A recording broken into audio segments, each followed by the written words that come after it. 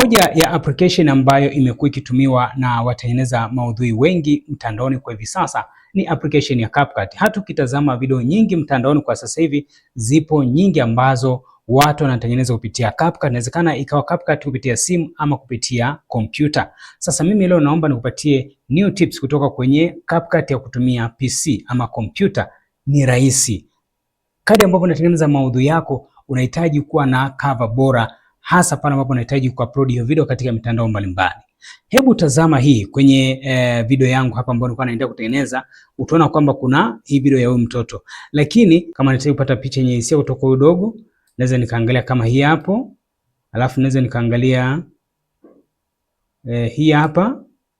Lakini je, unaweza kujiuliza unawezaje kupata hii picha kupitia CapCut? Mfano hii hapa.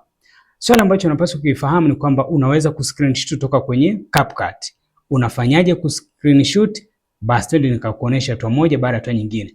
Ambacho utakifanya, utakuja hapa kwenye vidoti vitatu hivi au mistari mitatu, utabofya, and then utakuja hapa kwenye export still frames. Utakuja bofya hapa, and then baada hapo utakuja hapo uandike labda ya jina vyovyote vile, ama utaacha tu hiyo namba kwa sababu utakuwa unakumbuka namba fulani. Hapo unakuja unachagua resolution, ubora wa hiyo picha waje.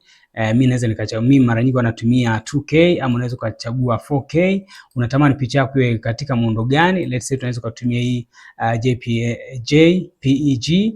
Basi baada hapo nita export hii picha yangu.